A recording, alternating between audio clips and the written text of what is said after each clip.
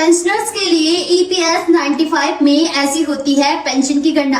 कर्मचारी पेंशन योजना आजीवन पेंशन लाभ और सामाजिक सुरक्षा प्रदान करके कर्मचारियों को उनकी सेवानिवृत्ति के दौरान वित्तीय सुरक्षा प्रदान करती है। आपको बता दें कि 16 नवंबर 1995 को शुरू की गई ईपीएफ पेंशन ने 1971 की कर्मचारी परिवार पेंशन योजना की जगह ली थी।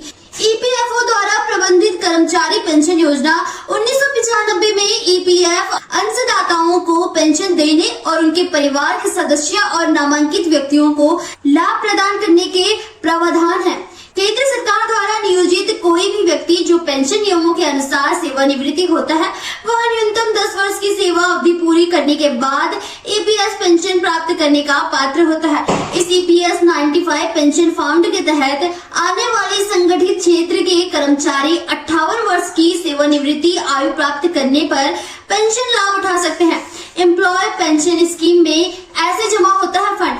संगठित क्षेत्र में काम करने वाले हर कर्मचारी का ईपीएफओ में अकाउंट होता है, जिसमें हर महीने बेसिक सैलरी और महंगाई भत्ते का 12% जमा होता है और इतना ही योगदान कंपनी की तरफ से भी हर महीने किया जाता है।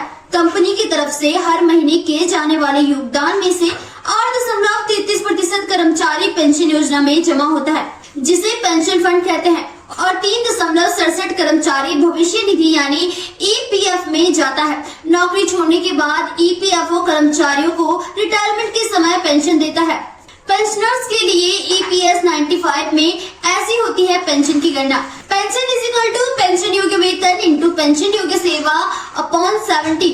मान लेते हैं कि जब कोई पीएफ अंशधारक 23 वर्ष की आयु में ईपीएफ पेंशन में नामांकन करता है और 58 वर्ष की आयु में सेवानिवृत्त होता है, तो वर्तमान वेतन सीमा 15,000 रूपए में योगदान करते हुए वे 35 वर्ष की सेवा पूरी करने पर लगभग 7,500 रूपए पेंशन प्राप्त कर सकता है।